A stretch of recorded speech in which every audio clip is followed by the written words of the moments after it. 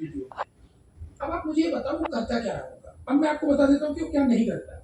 वो कोई technology mobile phone का रिव्यू नहीं करता, वो कोई ट्रैवल नहीं करता, फूड नहीं करता, कोई ड्रेस वेस फैशन वैशन नहीं करता। तो जो कॉमन आपकी लाइफ में यूज होता है ना, कुछ नहीं करता वो। बट मेक अ गेस क्या करता होगा। वो कार साफ करता है, कार वॉश, गोवा में। बढ़िया बंदा है, राइट। और उस समय तो एकदम यंग बच्चा था, उसको अच्छे से हिंदी बोलनी नहीं आती थी, बट वो यूट्यूब की वीडियो बनाया करता था कि कार कैसे साफ करनी चाहिए। अपनी बिल्डिंग के नीचे आते हैं ना बच्चे जो कार साफ करते हैं, वो काम करता था वो। अभी उसके पास सब कंपनियां जाती है अपना प्रोडक्ट रिव्यू कराने के लिए, क्योंकि उसके 4.5 लाख सब्सक्राइबर है।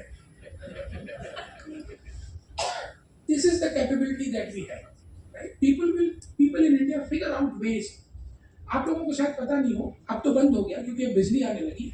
आज से 10 साल पहले बिहार में एक बिजनेस बहुत पॉपुलर था। नहीं, वो तो था ही, फोन चार्ज करने का। तो लोग दुकान खोलते थे, बैटरी रखते थे और 20 रुपए लेके मोबाइल की बैटरी चार्ज करके देते थे, बिकॉज बिजली नहीं आती थी। And there used to be shops line से, मतलब स्टेशन के बाहर, ऑफिसेस के बाहर 5-5, 6-6 शॉप लगी हुई है। क्या काम है? बैटरी चार्ज करके देते हैं मोबाइल की। पीपल फिगर आउट अ वे। आप कभी किसी, पुणे में तो बहुत सारे होंगे, आप छोटी जगहों पे चले जाए, किसी ठेले वाले से मिलिए, ही अंडरस्टैंड परफेक्टली कि मेरे को धंधा कैसे करना है, मेरे को क्या करना है। That is capability. So we figure out a way. So we are extremely capable people. The only country, only society which is more capable than us is Chinese people. There is no other society in the world. It's just that we live very carelessly. We don't follow rules. तो हमारा ना collective effort कभी नहीं होता है ना। We are a low trust society. That is a problem. Otherwise, we are extremely capable people. So individual capability may we are spotted out. Then next comes enterprise level capability.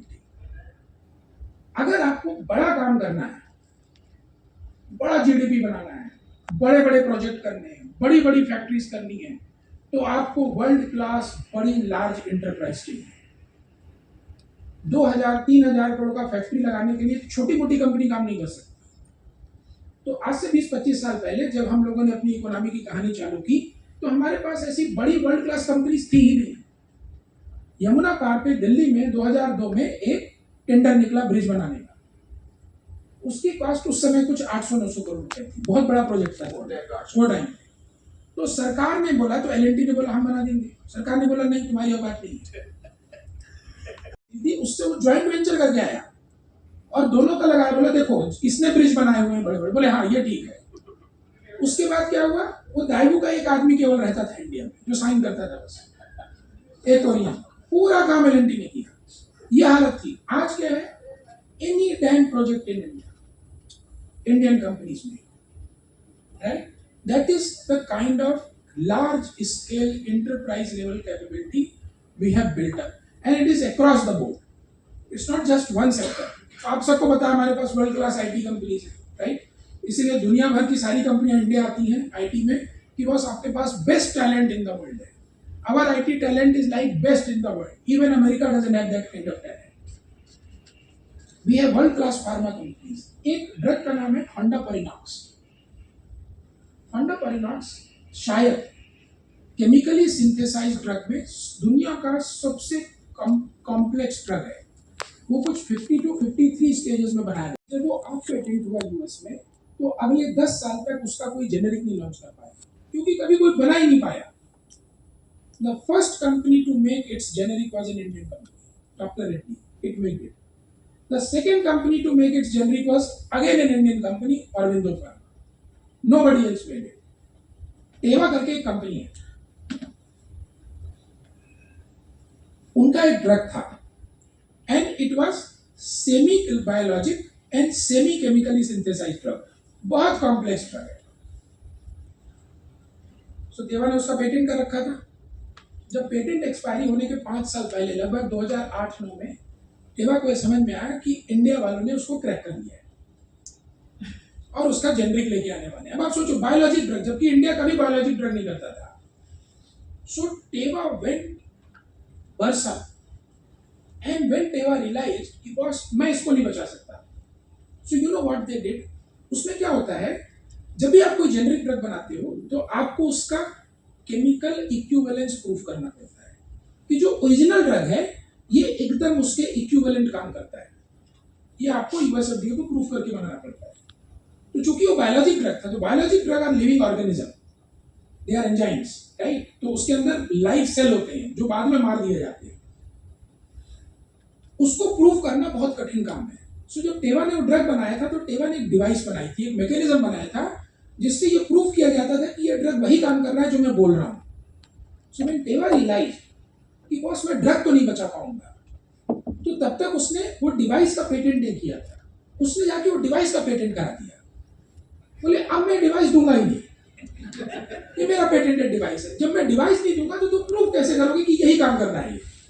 And nobody knew how to make that device, because तब तक किसी ने दिमाग नहीं लगाया था कि boss इसको प्रूव करने के लिए एक डिवाइस चाहिए होता है। And then finally Indian companies have to fight tooth and nail with court and USFDA कि बॉस ये गलत काम है, ये तो अनकॉम्पिटिटिव प्रैक्टिस है, and then a compromise happened, and then Teva realized I cannot save it. So this is how capable our pharma companies are across the board। आप ले लीजिए, आपसे अगर मैं 15 साल पहले बोलता कि आप महिंद्रा की 30 लाख की गाड़ी खरीदोगे, शायद बोलते नहीं, right, you will by a foreign car, you will by A Toyota Honda, but अब आप महिंद्रा को देख रहे हो ना, 30 लाख की गाड़ी बेच रहा है, right, because in 15 year it has become a world class company, it has invested in R&D, मेहनत किया है, प्रोडक्ट डेवलप किया है, इंजीनियर्स को ट्रेन किया है। So across the board, across sectors, across companies, we have created at least 4-5 world class companies, and that is very important because अगर आपको बड़ा काम करना है तो आपको बड़ी कैपेबल एंटरप्राइज चाहिए, अदरवाइज आप बड़ा काम, बड़ी इकोनॉमी नहीं बना पाओगे। Then the third thing is government capability. So government capability has significantly improve. तो देखिए क्या था, 1991 तक हमें कम्युनिस्ट कंट्री थे, हम नाम के लिए भर सोशलिस्ट थे, बट हम थे एक्चुअली कम्युनिस्ट कंट्री, हर चीज कम्युनिस्ट सिस्टम के हिसाब से चलती थी। 1991 में हमने वो सिस्टम बदला, सरकारी बाबुओं को ये सीखने समझने में, एक्सेप्ट करने में कि अब हम कम्युनिस्ट नहीं, 20 साल लगे, इसीलिए इतने सुप्रीम कोर्ट केसेस हुए, हर चीज में नाटक हुआ, ड्रामा हुआ, इसका कोर्ट केस, इसका court case. Now we have kind of settled down. This is the most important change in government capability कि नाउ, अब आप देखो ना, जैसे वो लड़ाई हुई अभी अपनी पाकिस्तान से, तो कैसे कहा रहे इंडिजीनियस इंडिजीनियस, इंडिया का इक्विपमेंट सब अच्छा किया, अच्छा किया।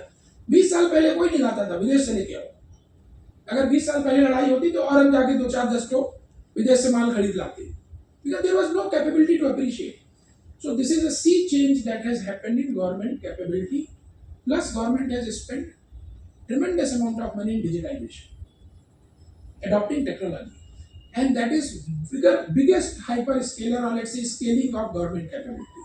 जैसे आप देखते हैं पासपोर्ट वाला, अगर गवर्नमेंट उस टेक्नोलॉजी को अडॉप्ट नहीं करती, प्राइवेट सेक्टर को अडॉप्ट नहीं करती, तो पूरा पासपोर्ट सिस्टम ही मिस था हमारा, है ना, महीनों लगते थे। अब वो TCS फटाफट बनो के आपको दे देता है। And the biggest example of government capabilities Aadhaar, the way they created UAIDI, इसको अलग रखेंगे, वो एक्चुअली गवर्नमेंट एंटिटी नहीं है, आपको पता है ना, it's a private entity, it's not a PSU, it's not a government department, it's actually a private entity, and they hired a private sector businessman to run it. They didn't appoint an IAS to run it, they hired a private sector guy। This is a sea change that is happening in government capability। So at every dimension of capability we have improved dramatically, and that is the most important thing for growth। Growth सिर्फ number नहीं है ना, number तो consequence है, number is the result of some action, some effort, and you will make effort only when you are capable, right. The next thing is capacity. तो आप capable हैं, मतलब आप काम करने के लिए कैपेसिटी भी तो चाहिए ना, नहीं तो कैसे करोगे बड़ा काम। सो कैपेसिटी के again there are 3 dimensions. The first is physical capacity, you need infrastructure. Physical capacity means infrastructure, आपको पावर चाहिए, एनर्जी चाहिए, सड़कें चाहिए, पोर्ट चाहिए, एयरपोर्ट चाहिए। So all of you I am sure would be aware कि last 10 year 15 year में हमने कितना जबरदस्त कैपेसिटी बनाया है। अब तो पागलों की तरह कैपेसिटी बन रही है, right. And one example is, तो आपको पता नहीं कि दिल्ली बॉम्बे जाने के बीच पहले एक ही रास्ता था, एक ही रोड थी, Now you have two. And the second road is 1.25 crore का road. Delhi Mumbai express way जो बन रहा है वो 1.25 करोड़ का एक रोड है. And government has spend that money कि हाँ हम करेंगे, हमको कैपेसिटी बिल्डअप करनी है. First time in our life history of India in ports we have spare capacity. हम लोग जब करियर शुरू किए थे as an analyst Reliance mutual fund में 2005 में, तो जेएनपीटी में हम लोग क्या वॉच करते थे आपको पता है? कंजेशन कितना है. क्योंकि वहां जब जहाज आया करता था तो उसको 4-4 दिन वेट करना पड़ता था, because there was no berth. उसका माल ही नहीं उतार पाते थे ये लोग, उस पर माल चढ़ा नहीं पाते थे, because there was only one jetty. Now they have made 6-7 jetties. Why? Because they privatise it. So this is physical capacity and we are still investing. We are not there yet. जितना होना चाहिए उतना नहीं है, but we are investing and we have created capacity. And now we have balance sheet and size and strength and money to invest more and more. The second thing is financial capacity, and this is very very important to understand. Financial capacity means capital. Growth करने के लिए capital चाहिए. अब पहले तो capital थी नहीं इस देश में. इस देश की सारी कैपिटल जो है या तो वो सरकारी है, या वो सोना है, या वो रियल एस्टेट है. करेक्ट? 25 साल पहले पूरी कैपिटल इन्हीं 3 चीजों में थी: real estate, gold or government. In last 25 years, we have figured out ways to monetize gold loan, to monetize real estate, land. हमने वो सिस्टम पूरा खड़ा किया 25 सालों में. And we have created one of most efficient financial market in the world, and that is mutual fund, insurance and banking system. Mutual fund का equity है में 26 लाख करोड़, राइट? आप लोगों को पता ही होगा. अगर ये म्यूचुअल फंड इंडस्ट्री साल का 50,000 करोड़ ग्रोथ कैपिटल नई नई कंपनियों को बांटे और वो पूरा हो जाए, मान लीजिए, तो कितना लॉस होगा? 2%. 50,000 करोड़ 26 लाख करोड़ का 2% का है. This is the benefit of size. But आप 50,000 करोड़ से कम नहीं तो 10 कंपनियां खड़ा कर सकते हो. This is how we have become in terms of depth and in terms of strength. और आपको वो 50,000 करोड़ म्यूचुअल फंड 2% तो कभी कभी रोज पोर्टफोलियो में उड़ जाता है, राइट? मार्केट भाई ऊपर नीचे होता है, रोज 2% डेल्टा हो जाता है, इन्हें भी उड़ गई 2% से. This is the benefit of creating a financial market. You can provide this risk capital on top of it, and this risk capital will continue to grow because people are investing. People have now understood कि stock market में अच्छा wealth create हो सकता है.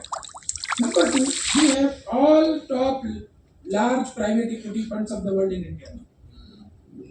आप कोई भी नाम ले लो, जैसे हमारी कंपनी है grow, 100% funded by private equity. हमारे फाउंडर्स तो बेचारे, जो हमारे फाउंडर है, जो सबसे बड़े सीनियर फाउंडर है Lalit, his father is a farmer. किसान है, खेती करते हैं, आज भी खेती करते हैं. He never had money, so he went to private equity, and private equity gave them money. The total capital that we have raised is 3,000 crore over last 10 years. Right? Just think of it. If 4 kids, young kids, went out of college, started a business, and private equity gave them 3,000 crore to run the business. This is the stage that we have arrived, where we have unrestricted access to risk capital. And this is the most important thing in driving growth. अब इसका मतलब ये नहीं कि सारे capital लगाने पे पैसा बनेगा, बट नो प्रॉब्लम. अपने 1000 में ट्राई करेंगे, 100 में भी बन गया, अपना लाइफ बन जाएगा, बट कैपिटल होना चाहिए. This is another thing that has happened in last 15 year because of this availability of capital, कि ग्रोथ के इंजन डाइवर्सिफाई हो गए. 20 साल पहले अगर इंडिया के टॉप 7 बिजनेस फैमिली कैपेक्स ना करें, ग्रोथ ना करें अपने बिजनेस में, तो इंडिया में ग्रोथ नहीं हो सकती थी, क्योंकि पूरा पैसा उन्हीं के पास था. टाटा, बिरला, गोयनका, गोदरेज, ये वो 4-5 जिंदल, इन्हीं के पास पैसा होता था बड़े बड़े काम करने का. अगर आपको 2,000-3,000 करोड़ रुपए का कैपेक्स करना है, तो केवल यही लोग कर सकते थे, क्योंकि किसी और के पास कैपिटल नहीं थी. आज 2,000-3,000 करोड़ कैपिटल तो किसी को भी मिल जाती है. कोई भी अच्छा आइडिया लेके खड़ा होता है, उसको लोग $500 मिलियन दे देते, ले ले भाई. So the engines and drivers of growth have diversified. You are not dependent on only 7-8 families. कि भाई साहब आप बड़ा काम कर दो तो देश का भला हो जाए. In fact, those families are now left behind. बाकी लोग क्यों? क्योंकि सबको कैपिटल मिल गया, टैलेंट तो है। कैपिटल नहीं मिलता था, कैपिटल मिल गया, आपने अच्छा काम कर दिया। This is very important thing to understand कि drivers of growth are not just demography, these systematic changes that are happening are actually drivers of growth. So this is about financial capacity. Insurance has been, आपको पता है हर साल India में कितना insurance premium आता है? Make a guess, किसी को पता है? 10 लाख करोड़ हर साल annual, renewal plus new premium मिलके 10 लाख करोड़ आता है। म्यूचुअल फंड में केवल 2.5 लाख करोड़ ही आ रहा है, उसका 4 गुना। Insurance is a long term capital, क्योंकि आदमी 5 साल 7 साल तक तो प्रीमियम देता ही है। अब तो 5 साल तक देना ही पड़ता है, क्योंकि उससे पहले दोगे तो लॉस हो जाता है सब। सो this is, and banking system is very healthy, large, everything is good. So this is about financial capacity, both debt capital and risk capital which is equity. आपको पता है निफ्टी का ऑपरेटिंग कैश फ्लो क्या है? Nifty companies का, make a guess, Nifty की companies profit कितना करती है? Total profit of Nifty companies कितना होगा? 500 करोड़? नहीं नहीं, मैं एब्सोल्यूट अमाउंट पूछ रहा हूँ। 11 लाख करोड़ हर साल निफ्टी की 50 कंपनियां प्रॉफिट करती हैं। 11 lakh crore, operating cash flow is 16 lakh crore. This is just Nifty 50 companies, right? तो ये सब कैपिटल जनरेट हो रहा है, ठीक है। इसमें से बहुत फॉरेन चला जाता है, क्योंकि foreigners own lot of Nifty, है ना। बैंक में तो अभी भी फॉरेनर ओन करते हैं। So this is financial capacity. The third and most important thing is this is age of technology, right? 21st century is age of technology. अगर आप they have no technological capability, they don't have understanding कि करना कैसे है। In last 15-20 years, we have developed extreme amount of technological capability, right? Across the board, be it electronics. आपको पता है India में कितनी ड्रोन कंपनी है? Make a guess. One more try. 470. 470 companies make drone in India. 5 to 7. Because now we are capable. We have capability in electronics, we have capability in mechanical, right? And IT मैंने आपको बताया कि boss हम सब दोनों काम कर रहे हैं। आपको एक कंपनी पता होगी ना, एडवांस माइक्रो डिवाइसेस, AMD, जो प्रोसेसर बनाती है, राइट? उसका मॉडल का क्या नाम है? Ryzen, right? हाँ, तो उसका जो सबसे बड़ा ऑफिस है यूएस के बाद, वो कहाँ है? बेंगलोर में। 6000 इंजीनियर काम करते हैं उसमें, AMD के ऑफिस में। और AMD की एक जो प्रोसेसर की सीरीज है, उसकी डिजाइनिंग, उसका कस्टमर सपोर्ट, उसकी ट्रबल शूटिंग, उसकी मैन्युफैक्चरिंग का control, everything is done by Indian people out of Bangalore. कोई गोरखपुर नहीं है, right? So we have developed extreme technological capability in last 25-30 years, and this will drive growth. Because you need to have that capability to drive growth, right? So these are 3 things which are on capacity. Now comes confidence. कि बहुत अच्छी बात है साहब, आप capable हो, आपके पास capacity है, but you need to have confidence कि हम कर सकते हैं, right? So confidence means 2 things. Confidence means handling crisis. First requirement, you are confident means you can handle crisis. That we have proven in COVID. Maybe COVID was the first crisis where we didn't ask for anybody's help. We said we will handle it. Economy-wise, money-wise, and medicine-wise or vaccine-wise. We did on our own.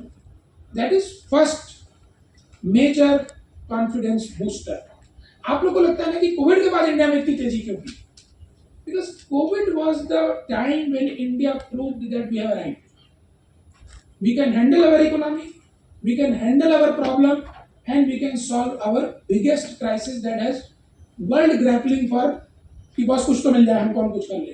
मतलब Italy में लोग मर रहे थे, दवाई नहीं थी, right? So that is कि you can handle crisis. Number 2 is you can take risk. Confidence means your ability to take risk. तो इंडिविजुअल कॉन्फिडेंस तो आपको पता ही है अभी कि सबको हर यंग बंदे को स्टार्टअप करना है, नौकरी तो कोई करने नहीं चाहता है। और इतना कॉन्फिडेंस है कि आप जूनियर को कुछ ज्यादा बोल दो तो बोलता कल से नहीं आऊंगा। हम लोग जब यंग थे तो हमको लगता था बॉस नौकरी जानी नहीं चाहिए किसी भी हालत में, कुछ भी करो। बॉस ने बोला रात के 12 बजे तक बैठना, बैठो। अभी तो बोल देते कि बॉस देखो 2 दिन नहीं आ पाऊंगा, तुम देख लो क्या करना है तुमको, तुम खुद काम कर लो, राइट। अभी हम लोग इंटर्न हायर कर रहे हैं, हम लोग एआई का प्रोजेक्ट रन कर रहे हैं कि रिसर्च प्रोसेस में एआई लगा के प्रोडक्टिव बना लेते हैं, राइट। तो हमने बोला कि साहब ये काम करने के लिए हमको इंजीनियर्स चाहिए। तो पहले तो हमने जब ऐसे इंजीनियर हायर करने को बोला, हमने बोला यार तुम एमसी में इंजीनियर की ज़्यादा जरूरत नहीं होती, नहीं आएंगे। तो मैंने दिमाग लगाया, मैंने कहा let's hire interns. 4th year के जो इंजीनियरिंग कॉलेज के स्टूडेंट होते हैं उनको लेके आते हैं, यंग बच्चे होते हैं, हमको भी कुछ नया सिखाएंगे, हम सीखेंगे। तो हम एक कॉलेज में गए और 4 हमने बच्चे आइडेंटिफाई किए कि इनको इंटरव्यू करते हैं। तो इंटरव्यू चला, हमने कुछ पूछा बचा, फिर हमने बोला भाई तुमको कुछ पूछना बताओ। बोले रोज ऑफिस आना पड़ेगा क्या? मैंने बोला हाँ, नहीं तो हम बात कैसे करेंगे, काम कैसे करेंगे? बोले तो ना होगा, रोज तो ऑफिस हम नहीं आ सकते। This is the confidence level. उसने बोला यार वर्क फ्रॉम होम रखो, तुम वीक में 1 दिन बुलाओगे आ जाएंगे, बट रोज संभव नहीं। मैंने कहा यार तुमको हमारे साथ बात करनी पड़ेगी, टीम के साथ मिलना पड़ेगा, हमको समझाना पड़ेगा कि हमको ये चीज। बोले सब वर्चुअल हो जाता है, कोई प्रॉब्लम नहीं। They simply refused and it's not some IIT शाईटी, जस्ट सिंपल बॉम्बे का इंजीनियरिंग कॉलेज। जैसे देखो बाकी सारी कंपनी में वर्क फ्रॉम होम मिलता है, तुम भी दो तो आएंगे, नहीं तो नहीं आएंगे। I said, okay, no problem. So this is individual level confidence. Then there is global confidence. Everybody is opening GCCs in India. You know, आपको पता है सिटी बैंक के दुनिया में कितने एम्प्लॉई हैं? 2 लाख, जिनको सिटी बैंक हर महीने खुद पगार देता है। उसमें से इंडिया में कितने हैं? मैं क्या गेस, सबसे ज्यादा एक्चुअली पुणे में है। पुणे में सिटी बैंक का बहुत बड़ा सेंटर है। एक बेंगलोर में भी है, वो छोटा है, पुणे में बहुत बड़ा है। How many people Citibank pays salary every month in India? 30,000. US में भी इतने एम्प्लॉय नहीं है। तो इंडिया का जो हेड है उसका काम कुछ नहीं है, उसको सिर्फ ये इंश्योर करना है बिल्डिंग में बिजली पानी चल रहा है कि नहीं। Everybody reports to some US guy, but वो जो हेड है in Citibank system, he has highest number of, बहुत ही ब्रिलियंट बंदे हैं। अबरडीन का नाम सुना आपने? यूके का बहुत बड़ा म्यूचुअल फंड है Aberdeen. He used to manage $135 billion in Aberdeen. Then he joined a startup. Actually, he started it in US, a AI driven fund. वो US में लिस्टेड भी है, क्वांट स्ट्रीट करके नाम है उसका। तो उनने बोला कि यार हमको ना इंडिया में सेंटर खोलना है। मैंने कहा क्यों? AI तो US में करो, US में आदमी नहीं मिलता है। So now they have a center in Bangalore. Bangalore में बैठ के वो 25 इंजीनियर 50 इंजीनियर AI का प्रोजेक्ट रन करते हैं, AI ड्रिवन फंड चला रहे हैं यूएस में। लिस्टेड फंड, क्वांट स्ट्रीट करके नाम है उसका, right. This is the kind of capability, confidence that global people have in India. The third thing is government confidence. तो गवर्नमेंट कॉन्फिडेंस का पुणे से बहुत बड़ा रिलेशन है। That is in my opinion is the biggest example of government confidence. No वो तो है ही है, बहुत ही जोरदार फनी एग्जांपल है। Bombay Pune express is the biggest example of government confidence. कैसे? थोड़ा समझाता हूँ। जब 2001 में प्रोजेक्ट बना तो इसकी कॉस्ट थी लगभग 4,000 करोड़। उसमें 800-900 करोड़ वो सुरंग की कॉस्ट थी जो लोनावला के बीच से बननी थी। वो ओरिजिनल प्लान में था, ऐसा नहीं कि वो अभी प्लान बनाया गया है। That tunnel सुरंग was actually part of original plan. But जब गवर्नमेंट ने देखा कि 4,000 करोड़ का प्रोजेक्ट, तो उनका कॉन्फिडेंस ही गया। तो उन्होंने कहा एक काम कर, सुरंग रहने दो तो 800 करोड़ रुपया बच जाएगा, बाकी बना दो।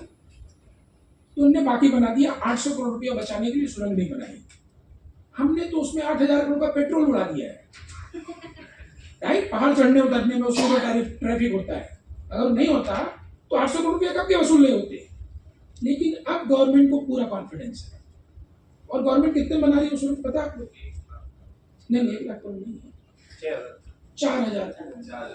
अब 4,000 करोड़ उड़ाने में पूरा कॉन्फिडेंस है कि बस कोई दिक्कत नहीं, सब वसूल लेंगे। पिछले 15 सालों से वसूल रहे हैं। नहीं, सब टेक्नोलॉजी थी सर, कोई कमी नहीं थी टेक्नोलॉजी की। हमारे यहाँ नीति बाहर से आ जाती है, ऐसा क्या है? Confidence, right? अरे जैसे कलकत्ता मेट्रो बना दिया उस टाइम पे, It was तुरंत तो खोद ही सकते थे। only and only caused by lack of confidence कि 800 करोड़ वसूल पाएंगे कि नहीं, क्योंकि उनके खुद इमेजिनेशन में नहीं था कि इंडिया इतनी बड़ी इकोनॉमी हो जाएगी और हम इस रोड से इतने पैसे कमा लेंगे। उस रोड से एक्चुअली सरकार पैसे कमा रही है। That road is one of the most profitable road in the world. It's not just in India. इतने पैसे कमाए सरकार ने उससे, तभी तो 4,000 करोड़ उड़ा रहे हैं। बस कोई टेंशन नहीं है। It is not cost, now it is an investment। और टोल बढ़ा दो, इतनी पब्लिक जा रही, दे देंगे यार, 50 रुपये और बढ़ा दो, 20 साल तक हो जाएगा recover. So this is government power, right? So at all level, at individual level, at enterprise level, global level, domestic enterprise level, आप किसी भी छोटी से छोटी कंपनी से मिलिए और हम लोग को ये बड़ा अच्छा लगता है देख के कि 500 करोड़ की टर्नओवर वाली कंपनी R&D कर रही है। पहले इंडिया में नहीं होती थी R&D, R&D केवल बड़ी बड़ी कंपनियां करती थी, छोटी छोटी कंपनियां नहीं करती थी। अब छोटी छोटी कंपनी R&D कर रही है, right? This is the confidence कि बॉस अगर मैं कुछ बना लूंगा तो मैं बेच लूंगा, मेरे को पैसे कमा लूंगा। So at all three level, government level, enterprise level, individual level, confidence is increasing. It is very, very high. So you are set for very good growth for next 20 years. Now, इतना सब तेजी का मतलब ये नहीं है कि हर साल तेजी होगी, है ना? ऐसा वन वे नहीं होगा। मंदी आएगी, प्रॉब्लम होगा, बाजार गिरेगा, कुछ होगा। देखिए, दुनिया में 800 करोड़ लोग हैं, इस देश में 150 करोड़ लोग हैं। कहीं ना कुछ नौटंकी होने ही वाली है। भाई घर में 4 लोग रहते तो भी लड़ाई होती है, केवल 2 लोग रहे हस्बैंड वाइफ तो भी लड़ाई होती है। तो जब 800 करोड़ लोग हैं तो कोई ना कोई तो लड़ेगा, राइट? तो don't take tension with that. और इस देश में 150 करोड़ लोग हैं तो कुछ ना कुछ तो ड्रामा हमको करने ही है, क्योंकि बहुत सारे लोगों के पास उसी से कमाई है ना। बहुत ड्रामा करो, कमाई कर लो, कोई ना कोई तो पैसे दे जाते हैं, ड्रामा बंद करो, लो पैसे, जो भी कुछ करना करो। So don't get bothered about it. Plus our balance sheet is now very strong. Government level पे fiscal deficit, banking system। देखिए, इंडिया में क्राइसिस 2 ही कारण से होती है, या तो ग्लोबल क्राइसिस हो जाए क्योंकि तब हमको कैपिटल नहीं मिलता एंड वी नीड कैपिटल, या हमारे यहाँ कोई क्रेडिट इवेंट हो जाए कि कोई कंपनी बैंकरप्ट हो गई। जैसे 18-19 की क्राइसिस हुई थी ना कि IFS बैंकरप्ट हो गया और DHFL बैंकरप्ट हो गया और फिर यस बैंक बैंकरप्ट हो गया, तो हमारी हालत खराब हो गई। But now our health is very good, plus our ability to take shocks have increased। अब आपको दिखता है कि हमारा इंटरेस्ट रेट डिफरेंशियल इसीलिए यूएस से कम होता जा रहा है, right? Why? Because now we are more capable, our balance sheet is good. So these are 3 reasons. तो अगले 20 साल तक सब करिए, मंदी मत करिए इंडिया, राइट? तो इसीलिए मुझे लोग कहते हैं ना लॉन्ग शॉर्ट कर ले, तो मुझे इंडिया शॉर्ट करने का तो कभी मेरे को समझ में ही नहीं आया कि करना क्यों है भाई। जब लॉन्ग में पैसा बन रहा है तो तुम एक्स्ट्रा दिमाग क्यों लगा रहे हो? और जनरली हमने इन्वेस्टमेंट में देखा है, जैसे ही आपने एक्स्ट्रा दिमाग लगाया आपका पैसा उड़ गया। ऐसे होता है ना, जितना कॉम्प्लेक्स प्रोडक्ट आप इन्वेस्टमेंट में बनाओगे उतना ही ज्यादा आपको लॉस होगा। जब तक आप सिंपल साधारण काम करोगे आपके पैसे बनते रहेंगे। So don't put too much brain into it, right? मंदी मत करिए। The only thing you should do and you should ask all your client to do, एक पेन पेपर लेके बैठिए और उनसे पूछिए कि भाई पिछले 20 सालों में तुमने क्या क्या गलतियां की जिससे तुम्हारा पैसा नहीं बना। उसको लिखिए, उसको हेल्प करिए आइडेंटिफाई करने में। एलोकेशन में प्रॉब्लम हुई, मार्केट के डिस्कशन में लग गए, इकोनॉमी के डिस्कशन में लग गए, और उनसे नीचे लिखवाइए लास्ट में कि अगले 20 साल में ये गलतियां दोबारा नहीं करूंगी। बस उनको बोलिए अब ज्यादा दिमाग मत लगाओ, 20 साल का एक्सपीरियंस है, 10 साल का एक्सपीरियंस है। आपके ज्यादातर क्लाइंट 5-7 साल तो कर रहे होंगे, राइट? उन्होंने हर तरह की साइकिल वाइकल ये वो सब कुछ देख लिया। कई लोग तो 20-20 साल से कर रहे होंगे। तो उनको बोलिए कि रिफ्लेक्ट करो 20-25 साल पे कि तुमने क्या किया, क्या नहीं किया, क्या अच्छा किया, क्या गलत किया। जो अच्छा किया वो करते रहो, जो गलत किया उसको मत करो, दैट्स इट। और बस बियॉन्ड द पॉइंट मंदी मत करो। अब मैं तेजी का आपको एक थोड़ा सा क्लियर टाइप का रीजन बताता हूँ, लॉजिकल नहीं है, आपकी इच्छा, भरोसा करें या ना करें, ठीक है? बट मुझे लगता है, मेरा ही ऑब्जर्वेशन है,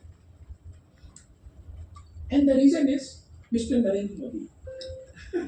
Not because he's a great politician, not because he's a very popular prime minister, but because he's an extremely lucky guy. उस आदमी का भाग्य स्वर्ण अक्षरों में लिखा गया है। वो आदमी प्राइम चीफ मिनिस्टर तब बना जब उसने कभी विधायकी का चुनाव नहीं लड़ा। He became chief minister first, MLA later. Luck. India में ऐसा कभी नहीं हुआ है। He became prime minister when nobody knew him 2 years ago, but he became prime minister. 2014 में इंडियन इकोनॉमी की हालत बहुत खराब थी, बट उस आदमी के ऊपर भगवान का हाथ है, क्रूड घुस गया। अगर क्रूड नहीं घुसा होता मोदी जी कभी दोबारा चुनाव नहीं जीतते। ट्रस्ट मी, हमको इतना प्रॉब्लम होता है इकोनॉमी में, बट भगवान ने कहा बच्चा it just collapsed without any reason, right? Covid हुआ, लॉकडाउन में किसी ने हल्ला नहीं किया। We had so much liquidity that we never needed foreign capital. Demand तो फिर भी जनता ने झेल लिया, right? Russia war,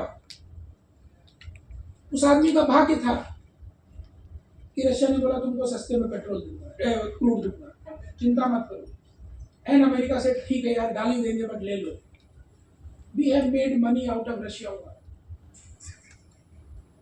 There are only two countries who have made money out of Russia war, India and China. Nobody else has made money. Europe and US is spending billions of dollars every year to get that war ended. Russia is losing money, US is losing money, Europe is losing money. Only two countries have made money. My reading is because we have a lucky guy, right? कि जब से वो आदमी prime minister बना है, every crisis is bringing benefit for us. Is that luck will going to happen next 10 years? Yes. I believe yes. It is a very subjective question. No, that is what I am saying. There is no logic into it. There is no logic into it. I told you earlier also. There is no logic to it. But now we have 10-year data point. So take it with a pinch of salt. 10-year data point means something, right? And the biggest luck कि भगवान ने बोला बेटा तेरा opponent Rahul Gandhi होगा। Think of it. How much more lucky you can get in life to have this combination, right? So think of it. इतना profound combination बिना भगवान के हाथ रखे कि अनक्वेश्चनेबल अनकंट्रोल्ड सपोर्ट है, कहते हैं ना unconditional support. Any crisis, you just reflect on it, any crisis post 2014 we have made money out of it. We have not lost money in any damn crisis whether Indian और global. We have made money and he has been involved. So this is another, this is a weird reason, this is not logical, but I have a strong belief in it. Right? Any questions? मेरा ज्ञान समाप्त हो। Sir disclaimer पहले से इसलिए अभी आप कोई फॉरेन फंड्स का फंड नहीं लो, आपको यहाँ पे इधर लेना है आपको। You are going to remain the Indian foreign manager. Sir एक क्वेश्चन था, हाँ हाँ, इंडियन डेट जो बढ़ रहा है, कौन सा डेट? इंडियन गवर्नमेंट मतलब गवर्नमेंट डेट? हाँ, क्या प्रॉब्लम? अरे सर आप समझते नहीं हो बात को। किसी भी चीज को करने के लिए आप घर खरीदते हो, डेट पहले लेते हो। जब आप लेते हो तो आपका ईएमआई 60% ऑफ सैलरी होता है। लोन 15 साल का है, 5 साल बाद आपका ईएमआई टू इनकम कितना होता है? इनकम बढ़ती है ना, सो डेट पहले लेना पड़ेगा। तो वो आज लग रहा है डेट टू जीडीपी 80% हो गया, राइट? आप ये सोचो ना कि उससे जो कैपेसिटी बन रही है वो 20 साल तक काम आएगी, 20 साल तक इनकम जनरेट करेगी। Debt is not a problem. दूसरी चीज, हमको किसको डेट वापस करना है? हमारा कोई एक्सटर्नल डेट नहीं, बहुत कम है हमारा। हमको हमारा पूरा डेट इंडियन है, तो ठीक है यार, इंडिया में जो बचेगा उसको वापस कर देंगे, क्या प्रॉब्लम है? Right? Sovereign debt is meant to be rolled over. America अपना डेट वापस कर सकता है, जापान अपना डेट वापस कर सकता है क्या? केवल यूरोप अपना डेट वापस कर सकता है, चाइना अपना डेट वापस नहीं कर सकता, तो इसीलिए वो जनता को इंटरेस्ट ही नहीं देता, right? So no sovereign can repay its debt, our debt is too small, don't worry. ये सब आप ना देखिए, इकोनॉमिस्ट की बहुत मत सुनिए। जीवन में अगर आपको स्टॉक मार्केट में पैसा कमाना है, economists have no imagination. They never make money. Sir सबसे बड़ी इकोनॉमी तो बेटे नहीं, sorry to say, but ratio भी कम if you start analysing GDP, economy, देखिए हमको पैसा कमाने के लिए इंडिया का जीडीपी का फ्यूचर नहीं खरीदना है। We are not buying India's GDP, we are buying 50-60 companies who can do a great job and we can make money, right? There is difference between Indian GDP. देखिए क्या, एक घर है, अब आपको उनके यहाँ 3 बच्चे हैं, अब आपको शादी करनी है, तो आप तीनों बच्चों का देखोगे कि जिससे शादी करनी है उसको देखोगे? भाई आप देख लोगे कि आप ठीक ठाक है कि नहीं, चाल चलन ठीक है, परिवार अच्छा है, कुल नक्षत्र अच्छे हैं, गड़बड़ सड़बड़ नहीं करते हैं, आपराधिक प्रवृत्ति के नहीं है, लोग बढ़िया हैं, बट असली बैलेंस शीट तो उसी बच्चे की देखोगे ना जिससे शादी करनी बढ़िया की है। माँ बाप भाई बहन कुछ भी करते हो, so once you have cross that basic threshold, GDP doesn't matter. Now we need to find 50 companies. Basic threshold is crossed. We are growing, we are doing well, our macro situation is good. Now don't bother about GDP, GDP. आपके पैसे डूब जाएंगे उसमें। Covid में India का GDP जिसने सोचा होता है इंडिया शॉर्ट कर दिया होता, और फिर देखा हमने क्या हुआ, तो परेशान मत होइए ज़्यादा। इसलिए मैं कहता हूँ ज़्यादा ज्ञान मत प्राप्त कीजिए। The more knowledge you try to get, the more money you will lose in the stock market. It's not about knowledge. It's about following the process. एक प्रोसेस फॉलो करिए और उससे काम हो जाएगा। आपका थोड़ा पॉइंट बताइए ना मुझे, कंपैरिजन विद म्यूचुअल फंड अभी जो करंट सिनेरियो में ये बहुत बेचे जा रहे थे, उसके ऊपर आपका थोड़ा बताइए। आप सिंपल कॉस्ट बेनिफिट एनालिसिस कर लीजिए एक्सेल शीट पे। देखिए म्यूचुअल फंड में तो क्या है, आप कभी भी बेच लो, T+2 पे पैसा आपका, यूनिट अगर आप 5 साल से पहले बेचोगे बहुत लॉस है, राइट? प्लस म्यूचुअल फंड में आपको हर दिन पता है कौन फंड